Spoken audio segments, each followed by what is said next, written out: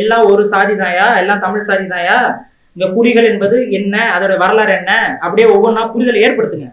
புரிதல் புரிஞ்சிருச்சுன்னா ஒற்றுமை வந்துவிடும். ஒற்றுமை வராம இருக்காது. இன்னைக்கு இங்க வந்திருக்க ஒவ்வொருத்தருக்கும் அந்த புரிதல் இருக்கு.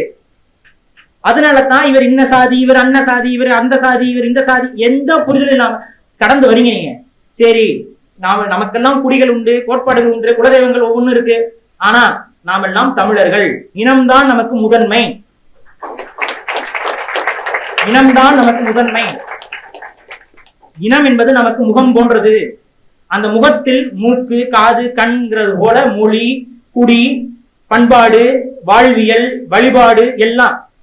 இந்த மூக்கை மட்டும் சிதைச்சிருங்க, இந்த மூஞ்சிக்கு இது முன்னாடி முந்திக்கிட்டு வருதுன்னா மூக்கை வெட்டிடுங்கன்னா முகம் அவலட்சணமாக போய்விடும். அதுபோல தமிழர் அடையாளங்கள் அனைத்தையும் கட்டி காக்கக்கூடிய இயக்கமாகத்தான் இருக்கும். இன்னொன்னு,